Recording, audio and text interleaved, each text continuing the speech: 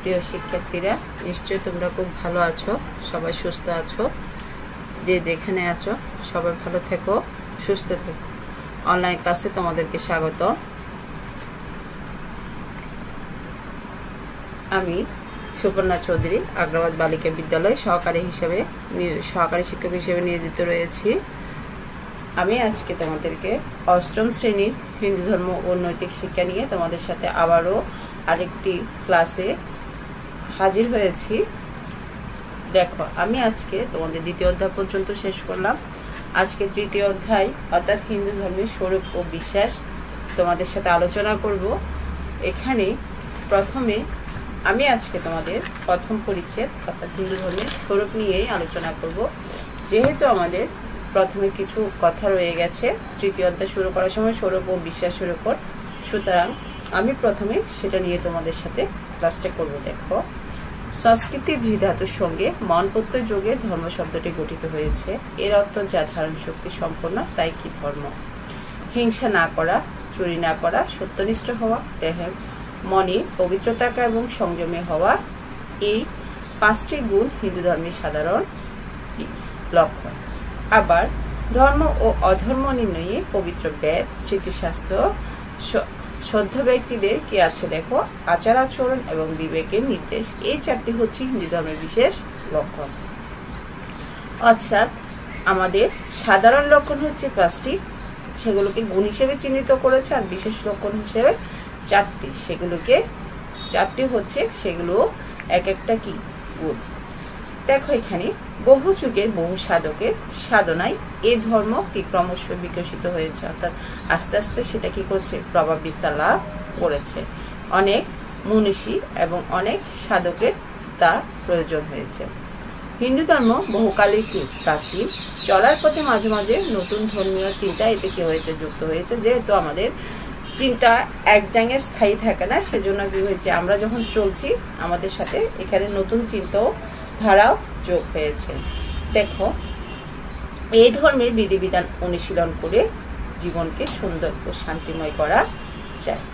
সমাজ জীবনে কর্ম বা জীবিকা অনুসারে ব্রাহ্মণ, ক্ষত্রিয়, বৈশ্য, শূদ্র এই চতুর্বর্ণে কি হয়েছে, সৃষ্টি হয়েছে। এই বর্ণভেদ পেশাগত নয়, জন্মগত নয়।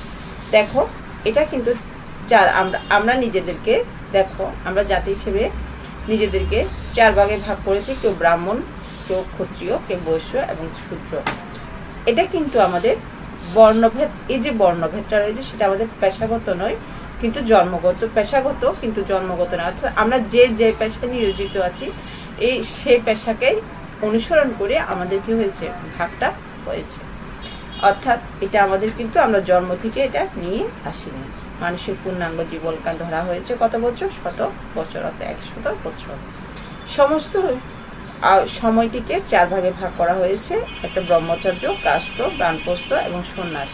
এদেরকে একত্রে কি বলা হয়, চারটা আশ্রম অর্থাৎ চতুরাশ্র বলা হয়।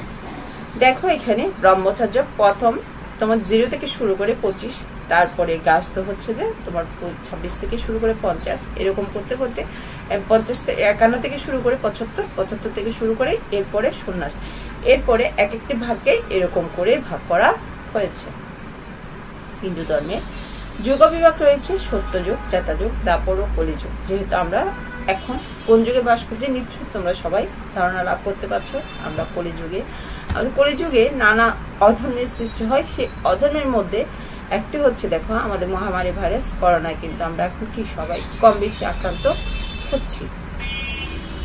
কলিযুগ হচ্ছে একটা ধ্বংসের যুগ, অর্থাৎ এখানে কেউ কোনোদিন শান্তিতে থাকতে পারবে না, সে যতই চেষ্টা করুক না কেন। সেজন্য আমাদের কি করতে হবে, সবসময় ঈশ্বরের সাথে নিজেকে মন জপ নিয়োগ করতে হবে। প্রতিটি যুগের জন্য নির্দিষ্ট ধর্মকর্মের কথা বলা হয়েছে, যেগুলোকে বলা হয় কি যুগ ধর্ম। পবিত্র দেহ মন নিয়ে ধর্মচর্চা করতে হয়। এই জন্য পূজা, উপবাস, প্রার্থনা, উপাসনা ইত্যাদি আচার অনুষ্ঠানে অনুশীলন করতে হয়। হিন্দু ধর্মের ব্রত পালনের ব্যবস্থা রয়েছে। ভক্তগণ ব্রত পালন করে পাপ মুক্ত হয়ে থাকেন। ঈশ্বরের বিশ্বাস, পূজা পার্বণ ও ব্রত পালনের মধ্য দিয়ে ধর্মের সুফল পাওয়া যায়। আমরা এই অধ্যায়ে দুটি পরিচ্ছেদের প্রথম পরিচ্ছেদে হিন্দু ধর্মের সাধারণ ও বিশেষ লক্ষণ এবং হিন্দু ধর্মের ক্রমবিকাশ সম্পর্কে কি অবগত হব। আর দ্বিতীয় পরিচ্ছেদে আমরা কি করব, বর্ণ ও আশ্রম ধর্মের ধারণা, বর্ণভেদের ধর্মগত নয় পেশাগত, এই ধারণা যুগ ধর্ম, ব্রত পালন ও ব্রত পালনের করণীয় এবং শিব প্রাপ্তির ব্রতকথা এবং ব্রত পালনের গুরুত্ব সম্পর্কে কি হব, অবগত হব। তাইলে দেখো আমরা আজকে হিন্দু ধর্মে তোমাদের সাথে কি নিয়ে আলোচনা করছি। হিন্দু ধর্মে আমরা তোমাদের সাথে আলোচনা করব প্রথম পরিচ্ছেদ স্বরূপ নিয়ে। দেখো এখানে এ অধ্যায় শেষে আমরা কি করতে পারবো, হিন্দু ধর্মের সাধারণ ও বিশেষ লক্ষণ সমূহ ব্যাখ্যা করতে পারবে। তোমরা পারবে অবশ্যই। হিন্দু ধর্মের ক্রমবিকাশ সংক্ষিপ্তভাবে বর্ণনা করতে তোমরা পারবে। জীবনাচরণে হিন্দু ধর্মের সাধারণ ও বিশেষ লক্ষণের প্রকাশ ঘটাতে পারবে। এখন চলে যাও আমরা প্রথম পরিচ্ছেদ অর্থাৎ হিন্দু ধর্মের স্বরূপ। নিশ্চয়ই তোমরা বইটা খুলছো এবং পাশে একটা খাতা কলম নিয়ে বসে আছো। যেহেতু আমাদের এখনো করোনার পরিস্থিতি, স্কুল এখনো খুলতে পারছে না, সেহেতু কি করতে হবে, আমাদের অনলাইন ক্লাসগুলো চালিয়ে যেতে হবে। এখন আমরা প্রথম পরিচ্ছেদ হিন্দু ধর্মের স্বরূপ। দেখো হিন্দু ধর্মশাস্ত্রে ধর্মের লক্ষণ সমূহ সাধারণ লক্ষণ ও বিশেষ লক্ষণ এই দুই ভাগে ভাগ করা হয়েছে। এই যে সাধারণ লক্ষণটা কি, দেখো সংস্কৃতি কোত্থেকে এসছে এবং কিভাবে হচ্ছে। সংস্কৃতি ধৃধাতুর সঙ্গে মনপত্য যুগে ধর্ম শব্দটি উৎপন্ন হয়েছে। ধৃধাতুর অর্থ ধারণ করা, তাহলে ধর্ম শব্দটিতে বোঝাচ্ছে ধারণ শক্তি। এই প্রসঙ্গে মহাভারতের শান্তি পর্বে বর্ণিত ধর্মের লক্ষণটি স্মরণ করা যায়। অর্থাৎ এখানে মহাভারতের শান্তি পর্বে একটু সুন্দরভাবে ধর্মের একটি লক্ষণের কথা বলা হয়েছে। সেই লক্ষণটি কি, দেখো ধারণা ধর্মন ইতহু ধর্মেন বিধৃতা প্রজা যৎ সেদ ধারণ সংযুক্ত স্বধর্ম ইতি নিশ্চয়। অর্থাৎ ধারণ ক্রিয়া ধৃ অর্থাৎ মন থেকে ধর্ম শব্দের উৎপত্তি, ধর্ম সৃষ্টিকে বিশেষভাবে ধারণা করে আছে। সংক্ষেপে যা কিছু ধারণ শক্তি সম্পন্ন তাই ধর্ম। যেমন মানুষের ধর্ম হচ্ছে মনুষ্যত্ব, এই মনুষ্যত্বই মানুষকে অন্যান্য প্রাণী থেকে আলাদা করে রেখেছে। এই মনুষ্যত্বের পরিচয় দিতে গিয়ে মনুসংহিতায় বলা হয়েছে। অর্থাৎ আমাদের সাধারণভাবে আমি একটু ছোট করে বুঝে দিচ্ছি। দেখো উৎপত্তিটা কোত্থেকে হয়েছে, নিশ্চয়ই ধারণ ক্রিয়া থেকে ধর্ম শব্দের উৎপত্তি হয়েছে। অর্থাৎ ধর্ম সৃষ্টিকে বিশেষভাবে ধারণ করেছে, ধারণ শক্তি সম্পূর্ণ তাই ধর্ম। মানুষের ধর্ম হচ্ছে কি, মানুষত্ব। অর্থাৎ আমার ধর্ম হচ্ছে আমার নিজের মধ্যে যে মানুষত্বটা আছে, অর্থাৎ আমি একজন ভালো মানুষ, সেটা আমাকে সবসময় দেখাতে হবে এবং ফুটিয়ে তুলতে হবে, যেন আমি কোনো পাপ কাজে নিজেকে জড়িত করতে না পারি, সে কথাটা এখানে বলা হচ্ছে। অর্থাৎ তাই এই মানুষত্বের পরিচয় দিতে গিয়ে মনুসংহিতায় খুব সুন্দরভাবে একটা কথা বলা হয়েছে। দেখো অহিংসা সত্যময়স্ত শোচম ইন্দ্রিয় নিগ্রহ এতং সমাসিকং ধর্ম চতুর্বর্ণেহ ব্র বি নমনু। অর্থাৎ কি বলেছে, দেখো অর্থাৎ কি এখানে কি বলেছে, হিংসা না করা, সত্যবাদী হওয়া, চুরি না করা, পবিত্র থাকা এবং সংযমী হওয়া, এই পাঁচটিকে চতুর্বর্ণের জন্য মানুষত্ব বা ধর্মের সাধারণ লক্ষণ হিসেবে চিহ্নিত করা হয়েছে। এই গুণগুলো অর্জন করে একজন মানুষ মানুষত্বের অধিকারী হতে পারে যদি দেখা যায় একজন মানুষ অন্যকে হিংসা করে না, জীবনে সত্যকে ধরে রেখেছে, অপরের সম্পদ চুরি করে না, পোশাক পরিচ্ছদ ও চিন্তা ভাবনায় পরিশুদ্ধ এবং জীবন ধারণে প্রতিটি ক্ষেত্রে সংযমী, তাহলে ওই ব্যক্তিকে আমরা মানুষত্বের অধিকারী বলবো। আর এরূপ ব্যক্তি হবে হিন্দু ধর্মের দৃষ্টিকোণ থেকে আদর্শ মানুষ। তাই এগুলোকে হিন্দু ধর্মের সাধারণ লক্ষণ বলা হয়। ধর্ম ধার্মিককে রক্ষা করে, ধর্ম নষ্ট হলে মানুষ আর কি হয় না, মানুষ থাকে না।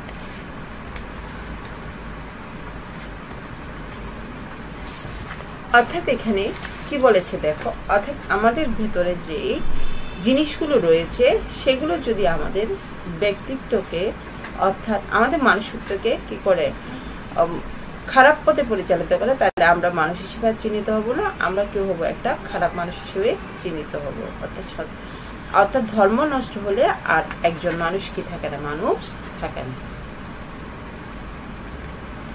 এখন আমরা ধর্মের বিশেষ লক্ষণ তোমাদের সাথে শেয়ার করছি। দেখো, ধর্মের বিশেষ লক্ষণটা কি? ধর্মের সাধারণ লক্ষণ বর্ণনার পর ধর্মের বিশেষ লক্ষণ সমূহ বলা হয়েছে। এই সম্পর্কে মনুসংহিতে বলা হয়েছে ব্যাস, স্মৃতি, সদাচার, শোক, চ, প্রিয়, মানন্ত, অর্থাৎ এত চ তু বিধং প্রাহু সাকার ধর্মস্য লক্ষণ, অর্থাৎ বেদ, স্মৃতিশাস্ত্র, সদাচার ও বিবেকের বাণী, এই চারটিকে হচ্ছে এই চারটি ধর্মের বিশেষ লক্ষণ।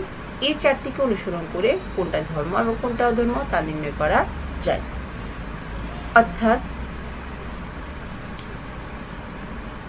এখানে এই যে বেদ, স্মৃতি, সদাচার, তারপরে স্মৃতিশাস্ত্র, সদাচার, এই চারটি ধর্মের বিশেষ লক্ষণে বলে এই চারটিকে কোনটা ধর্ম এবং কোনটা অধর্ম, অর্থাৎ আমরা কোনটা আমাদের সঠিক পথ আর কোনটা আমাদের খারাপ পথ তা আমরা কি করব? নির্ণয় করতে পারব।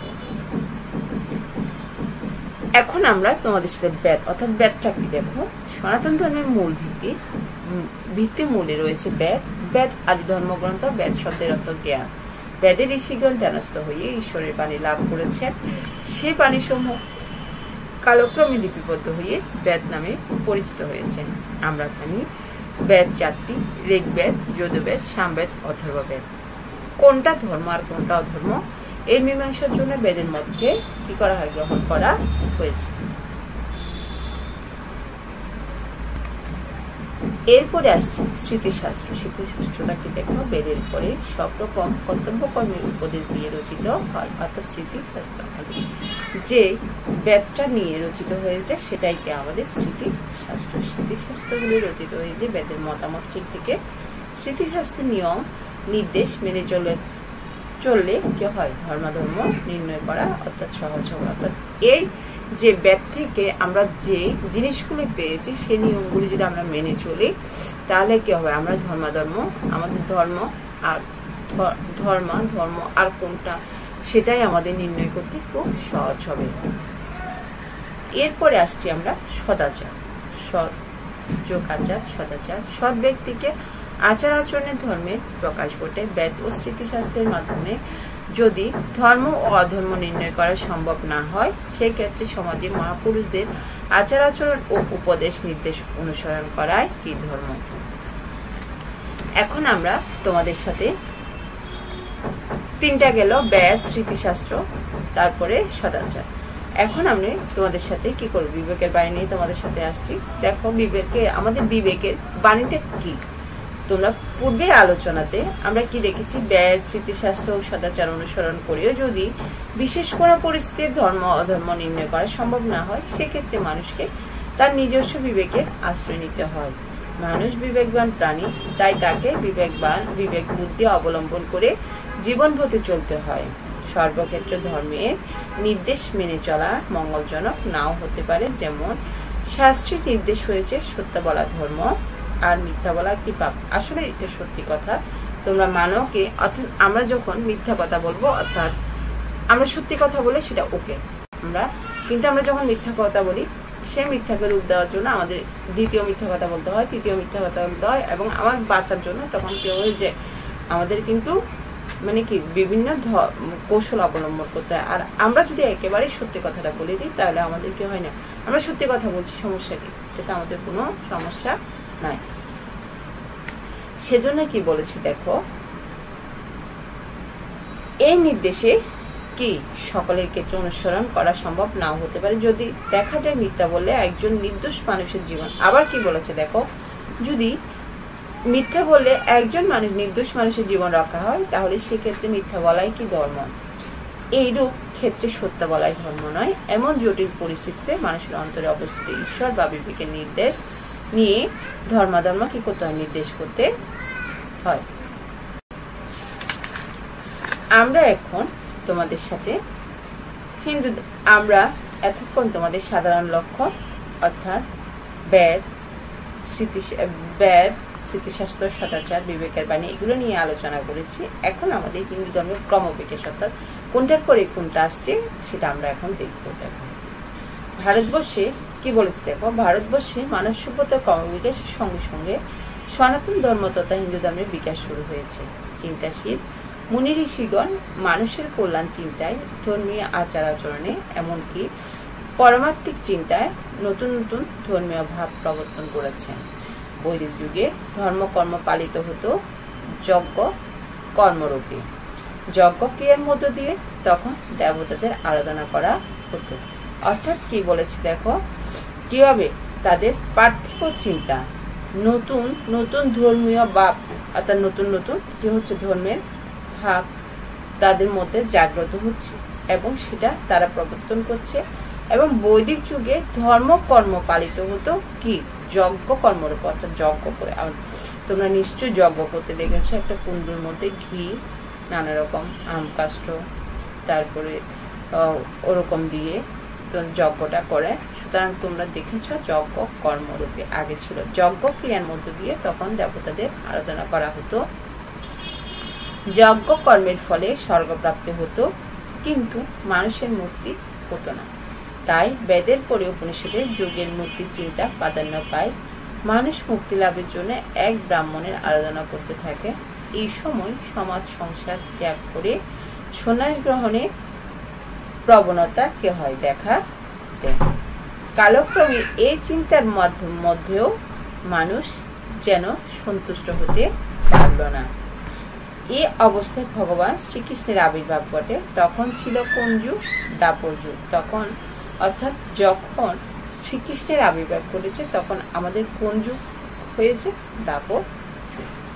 সমাজ জীবনে সন্ন্যাসের পরিবর্তে কর্মের দিকে কি হচ্ছে মন ফেরানো হলো। অর্থাৎ সন্ন্যাসের চিন্তা না করে এখন আমাদের কাজের দিকে কি হচ্ছে, আস্তে আস্তে আমরা মানুষ কাজের দিকে আমরা কি হচ্ছে অগ্রগতি করছি। তিনি ব্যাখ্যা করে বললেন, কর্ম ত্যাগ নয়, কর্ম করতে হবে ভোগের আকাঙ্ক্ষা বাদ দিয়ে। মনে করতে হবে সমস্ত জগৎ ভগবানের কর্মক্ষেত্র। অর্থাৎ কি বলেছে দেখো, মনে করতে হবে আমাদের সমস্ত জগৎ ভগবানের কর্মক্ষেত্র। এখানে মানুষ ভগবানেরই কর্ম করে যাচ্ছে এবং কর্মের ফলও ভগবানেরই প্রাপ্য। শ্রীমদ্ ভগবদ গীতায় এই নিষ্কাম কর্মযোগের বিশিষ্ট বলিষ্ঠভাবে তুলে ধরা হয়েছে। কর্মযোগ অনুশীলন করে মানুষ কি করছে, মুক্তি লাভ করতে পারে। এরপর আসে ভক্তিবাদের কথা। মানুষ ভক্তি বলে ঈশ্বরকে কি করে, সাকার উপাসনা করতে থাকে। বহু দেবদেবী পূজা পার্বণ হিন্দু সমাজে প্রচলিত। অর্থাৎ কি বলেছে, প্রথমে মানুষ আগে যজ্ঞ দিয়ে শুরু করেছিল, তারপর কাজের মাধ্যমে, তারপর কি বলেছে দেখো, এরপরে পূজা অর্চনার মাধ্যমে মানুষ দেবদেবী পূজা পার্বণ হিন্দু সমাজে প্রচলিত হয়। এর ফলে অবশ্যই ভিন্ন ভিন্ন দেবদেবীর উপাসকগণ ভিন্ন ভিন্ন শ্রেণীতে বিভক্ত হয়ে পড়েন। অর্থাৎ তখন কিন্তু দেবদেবীগণ ভাগ হয়ে যাচ্ছে দেখো, যেমন শাক্ত, শৈব, বৈষ্ণব ইত্যাদি। এই যে ভাগগুলো আমাদের দেবদেবীদের ভাগগুলো করা হয়ে গেছে। এই সম্প্রদায়গুলোর মধ্যে কি হয়, অসহিষ্ণু ভাব দেখা যায়। অর্থাৎ আস্তে আস্তে কি হচ্ছে, খারাপ চিন্তার দিকে চলে যাচ্ছে। মানে কি একজনের সাথে একজনের সহিষ্ণু ভাবটা থাকছে না, অসহিষ্ণু হয়ে যাচ্ছে। এইরূপ অবস্থায় শ্রী চৈতন্য দেবের আবির্ভাব ঘটে। অর্থাৎ তখন কার আবির্ভাব ঘটেছে? চৈতন্য দেবের আবির্ভাব ঘটে।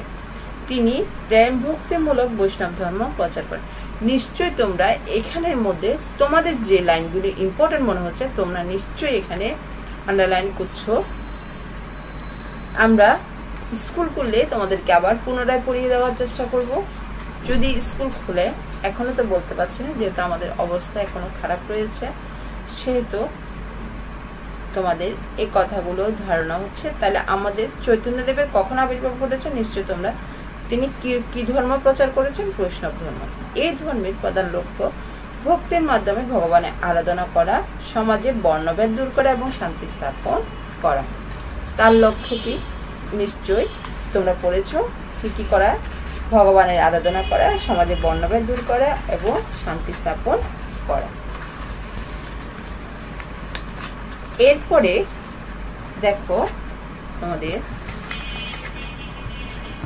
19 শতকে হিন্দু ধর্মের অনেক আচার আচরণে সংস্কার সাধন করা হয়। মূর্তি পূজার পরিবর্তে আসে এক ব্রহ্মচিন্তা স্থাপিত হয় ব্রাহ্ম সমাজ।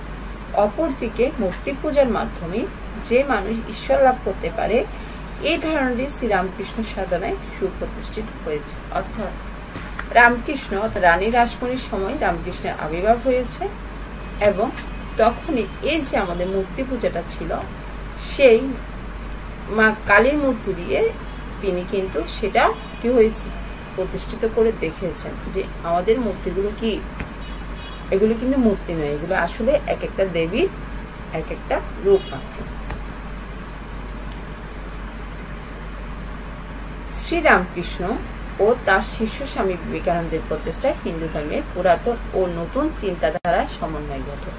সংক্ষেপে বলা যায়, হিন্দু ধর্মের বিকাশ ঘটেছে বৈদিক যুগে যজ্ঞকর্মের, বেদান্তের ব্রাহ্ম সাধনায়, পৌরাণিক যুগে দেবদেব উপাসনায়, দ্বাপর যুগে শ্রীকৃষ্ণ কর্মযুগে, মধ্যযুগ শ্রী চৈতন্য ভক্তি ভাবনায়, আর আধুনিক কালে শ্রী রামকৃষ্ণের সর্ব ধর্মের সমন্বয়ের মধ্য দিয়ে। ঈশ্বর কি সর্বশক্তিমান, তার ভাব অনন্ত, তাকে পাওয়া কত বিচিত্র। সাধন পথে যে কোনো প্রচলিত পদ্ধতি অনুসরণ করা যেতে পারে। মনে রাখতে হবে, মানবের কল্যাণের জন্য ধর্ম এসেছে। ধর্ম আচরণের মানব কল্যাণকে অবশ্যই কি করতে হবে, প্রাধান্য দিতে হবে। মানুষের মধ্যে ঈশ্বর রয়েছে, তাই মানব সেবা ঈশ্বর সেবা, এই ধর্মবোধের বিশ্বাসী হয়ে আমরা জীবনে সেবা ধর্ম অনুশীলন করব এবং মানবতাবোধ জাগ্রত করতে যত্নবান হব। অর্থাৎ এখানে এই যে কথাগুলো আমাদেরকে বলা হয়েছে, আসলে এক একটা আমাদের খুবই শিক্ষণীয় জিনিস। নিশ্চয়ই তোমরা ধর্ম বইটা পড়ে অনেক উপকৃত হয়েছ এবং অনেক কিছু তোমরা শিখেছ এবং শিখবে। সুতরাং আমি তোমাদের সাথে বারবারই একটা কথা বলছি, যেহেতু আমাদের স্কুল বন্ধ, আমরা সরাসরি তোমাদের সাথে ক্লাস করতে পারছি না, আমাদের তো কিছু না কিছু গ্যাপ থেকেও যায়, কিন্তু এই যে তোমাদের দেখা, একটা কথা বলা, নানা রকম আলোচনা করা, সেটা কিন্তু আমাদের এখন হয়ে উঠছে না। সুতরাং সেটা স্কুল করলে আমরা আবারও বলছি, আমরা স্কুল করলে আমি আবার পুনরায় তোমাদেরকে এগুলো বুঝিয়ে দেওয়ার চেষ্টা করব যদি আমরা সময় পাই। অবশ্যই আমাদের নিশ্চয় সময় থাকবে, কিন্তু তারপরে তোমাদের পরীক্ষাগুলো হবে। সুতরাং তোমরা অবশ্যই বাসায় সময় নষ্ট করে অন্তত বইগুলো রিডিং আকারে পড়বে, দেখবে যে তোমরা অনেক কিছুই কি শিখতে পারছ। সবাইকে আবারও শারীরিক সুস্থতা কামনা করে আমি আমার ক্লাসটা শেষ করছি। সবাই ভালো থেকো, সুস্থ থেকো। আগামী ক্লাসে তোমাদের জন্য আমন্ত্রণ রইল। সবাইকে আবারও অনেক অনেক ধন্যবাদ।